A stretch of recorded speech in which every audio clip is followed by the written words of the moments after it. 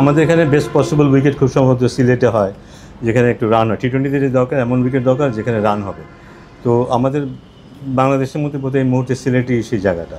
তো আমরা চেষ্টা করবো সিলেটে সেই খেলাগুলো জিতে, সো দ্যাট আমাদের পক্ষে আইডিয়াল প্রিপারেশন বলতে যা বোধ হয় সেটা যেন আমরা করতে পারি। স্যার, নেপালের সাথে নেপালও আসার কথা ছিল? না, নেপাল আসার কথা ছিল না।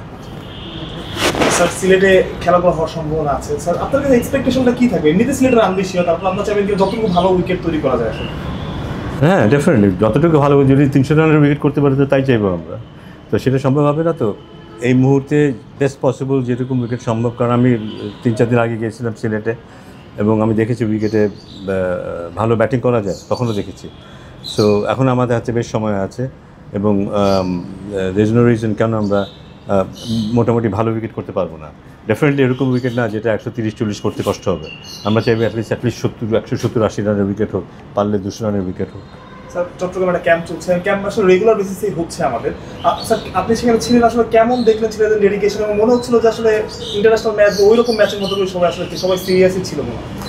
এটা বোধহয় একটা পরিবর্তন দেখতে পাচ্ছি কিছু লাস্ট কয়েক মাস ধরে। শুধু যে ক্যাম্প হচ্ছে তা না, জাতীয় দলের সাথে এই দল খেলছে, এই দলের সাথে এমার্জিং টিম খেলছে, আবার হাই পারফরমেন্সও খেলতে পারছে। তাতে যেটা হচ্ছে যে উঁচু মানের খেলোয়াড়দের সাথে যারা রিলেটিভলি একটু নিচে আছে তারা খেলার সুযোগ পাচ্ছে এবং তারা তাদের যোগ্যতা প্রমাণ করার সুযোগ পাচ্ছে। এতে যেটা হচ্ছে সিলেক্টরও দেখতে পাচ্ছি কিন্তু একটু নিচে থাকলেও কার মধ্যে সেই সম্ভাবনাটা আছে, এখনই কার দিকে আমাদের তাকাতে হবে, কাকে একটু ফাস্ট ট্র্যাক করতে হবে, এই জিনিসগুলো এখন একটু সহজ হয়েছে। এই জিনিসটা চলতেই থাকবে, সো দ্যাট আমরা অ্যাটলিস্ট 30, 35, 40 জন খেলোয়াড়কে একটা চোখের মধ্যে রাখার চেষ্টা করবো, সো দ্যাট যখনই সুযোগ পাই আমরা এই ধরনের খেলার সুযোগ করে দেওয়া এবং ওরা যেন ওদের মেধাটা দেখাতে পারে সেই সুযোগ তৈরি করে দেওয়া। স্যার, সব কিছু তো সময়ের ব্যাপার। তারপর আসলে তারা এই জায়গায় ক্যাম্পটাতে ভালো করছে বা ম্যাচগুলোতে ভালো করছে, তাদের আসলে সুযোগ থাকছে কিনা এশিয়া কাপ বা সামনের সিরিজে? না, এখন তো আমাদের একটা টিম আছে, ব্যাপারটা কিন্তু এমন না যে ঠিক আছে টিমের মধ্যে থেকে একজনকে হঠাৎ করে সরিয়ে দিয়ে একজনকে নিয়ে আসলাম, সেটা মনে হয় না আমাদের সিলেক্টররা সেই পথে যাবে বা ম্যানেজমেন্ট সেটা চাইবে। ব্যাপারটা যেটা হবে যে এক্সট্রা অর্ডিনারি পারফর্মার যদি কেউ থাকে তার সুযোগ হতে পারে, অথবা এই মুহূর্তে যারা দলে আছে তাদের মধ্যে যদি কারো পারফরমেন্স স্যাটিসফ্যাক্টরি না হয় এবং তার যদি বেটার রিপ্লেসমেন্ট থাকে সেখানে তো অবশ্যই পরিবর্তন হওয়া উচিত। স্যার, আরেকটা প্রশ্ন। স্যার, আপনি আজকে কোচদের একটা কর্মশালা চলছিল এবং আপনি সেখানে দেখেছেন আসলে আমাদের সিনিয়র 4-5 জন সবাই ক্রিকেট আসলে রিটায়ার করেছে বা রিটায়ার করার মতো অবস্থায় আছে। তাদের কি স্যার আপনারা ওয়েলকাম করবে কিনা বা তাদের সাথে আপনাদের কোনো কথা হয়েছে কিনা কোচিংয়ে আসার ব্যাপারে? অনেক লিজেন্ডারি ক্রিকেটার তো বেশিরভাগ কোচিংয়েই আসে পরবর্তীতে। এটা তো ব্যক্তিগত আগ্রহের ব্যাপার, কারণ খেলার পরে কেউ কোচিংয়ে আসে, কেউ আম্পায়ারিংয়ে আসে, ম্যাচ রেফারি হয়, কেউ অর্গানাইজার হয়, অন্য প্রফেশনেও যেতে পারে। সো এটা ব্যক্তিগত ব্যাপার। আমরা চাইবো ডেফিনেটলি এই ক্রিকেটেই যেন এরা থাকে, ক্রিকেটের জন্য আসে, কারণ এরা হচ্ছে আমার মনে হয় প্রথম গ্রুপ অফ পিপল যারা সত্যিকার অর্থে ইন্টারন্যাশনাল পর্যায়ে নিজেদেরকে স্টাবলিশ করেছে। এদের কাছ থেকে আমরা যা পাবো আর কেউ নেই এদের চাইতে, এদের মতো দেওয়ার মতো। সো ডেফিনেটলি চাইবো এরা কোনো না কোনোভাবে ক্রিকেটের সাথে সংযুক্ত থাকুক। স্যার, বলছিলাম যে প্লেয়ারদের ইন্টারভিউ নেওয়ার ব্যাপারে একটা রেস্ট্রিকশন আসছে আর কি, এটা আসলে মানে আপনাদের থেকে আসছে, কেন আসছিল? প্লেয়ারদের কোনো রেস্ট্রিকশন আসে না, এটা সবসময় একটা থাকে, কোড অফ কন্ডাক্ট থেকে প্লেয়াররা কথা বলতে পারবে কি না, কীভাবে কথা বলবে সে ব্যাপারে একটা কোড অফ কন্ডাক্ট আছে, সেটা প্লেয়ারদেরকে মনে করিয়ে দেয়। এটা সবসময়ের জন্যই প্রযোজ্য, এটা আগেও দেওয়া হয়েছে, এটা আবার নতুন করে শুধু প্লেয়ারদেরকে না পুরো অফিসকে মনে করিয়ে দেওয়া হয়েছে যে প্রত্যেকেরই একটা কোড অফ কন্ডাক্ট আছে, মিডিয়া কোড অফ কন্ডাক্ট আছে। তার মানে স্যার অনুমতি সাপেক্ষে সবাই কথা বলতে পারবে? হ্যাঁ, ডেফিনেটলি। স্যার, একটা বিষয় যে গ্রামীণের যে বিষয়, চুক্তির বিষয়টা স্যার এক এক জায়গায় এক এক কথা শুনতেছি স্যার আপনার মুখ থেকে। স্যার, যে গ্রামীণের যে কিউরেটের যে বিষয়টা, ওটার ব্যাপারটা তো আমার ডিপার্টমেন্ট না, ওটা গ্রাউন্ডস ডিপার্টমেন্ট দেখে, এটা তারা বেটার বলতে পারবে, একদম অ্যাকুরেট ইনফরমেশনটা দিতে পারবে। কোনটা? ওনার চুক্তি কি রিনিউ হয়েছে?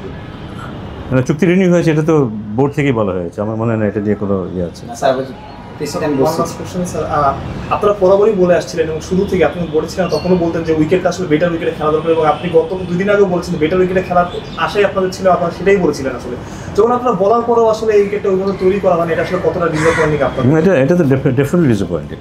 আমরা তো পাকিস্তানের সাথে চেয়েছিলাম এখানে ভালো উইকেটে খেলতে, আমরা কিন্তু শ্রীলঙ্কাতে স্লো উইকেটে খেললে আমরা জিতিনি। কিন্তু আমরা যদি ভালো খেলতে চাই আমাদেরকে এরকম জায়গায় খেলতে হবে, আমরা হয়তো অনেক সময় হারতেও পারি, কিন্তু খারাপ উইকেটে বা স্লো উইকেটে যদি আমরা জিতি, যেখানে আমাদের ব্যক্তিগত সুযোগ সুবিধা বেশি, তাতে কিন্তু আমরা আলটিমেটলি কিছু গেইন করতে পারবো না। আইসিসি ইভেন্টগুলিতে বা ওভারসিজ গিয়ে আমরা ভালো করতে পারবো না। এটা আমরা সবাই জানি, এটা সবাই বলে এসেছি।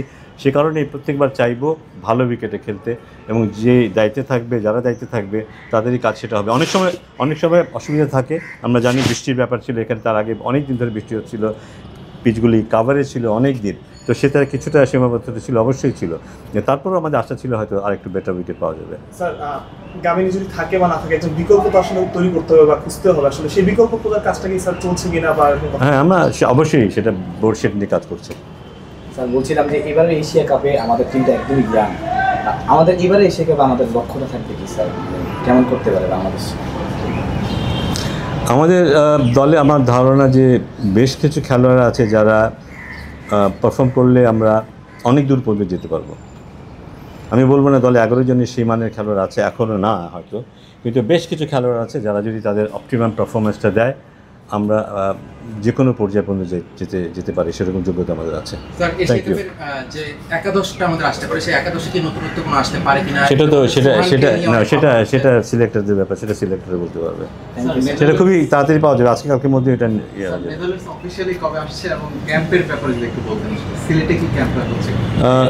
ঢাকায় ক্যাম্প শুরু হয়ে যাবে 6 তারিখেই, সবাই আসবে, ফিটনেস দিয়ে শুরু হবে, তারপর কোচরা চলে আসবে 11, 12, 13 এরকম সময়ের মধ্যে কোচরা আসলে আসা শুরু করবে।